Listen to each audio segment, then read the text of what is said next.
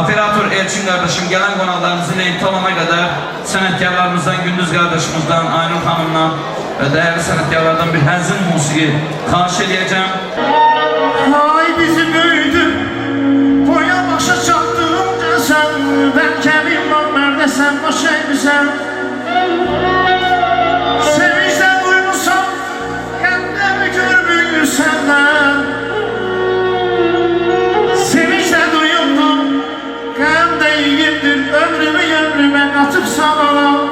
Sen bizi yaşadan, canım sana, yüreğim sana.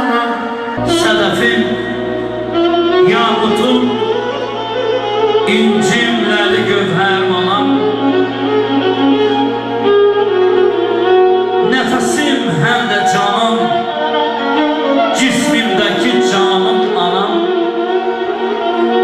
Ağ saçlım, ağ birçəyim, doğru yolu göstərənim, gümanım, məsləhətim, darda ümid yerim anam.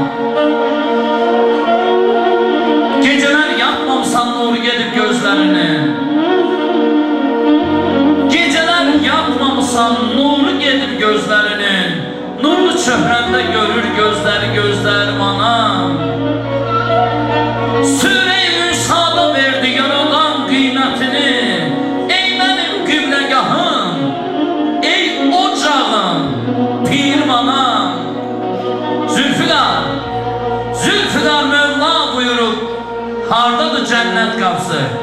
Cennet anaların ayağı altındadır. Allah o cenneti kazanmağı bütün evlatlara nasip etsin.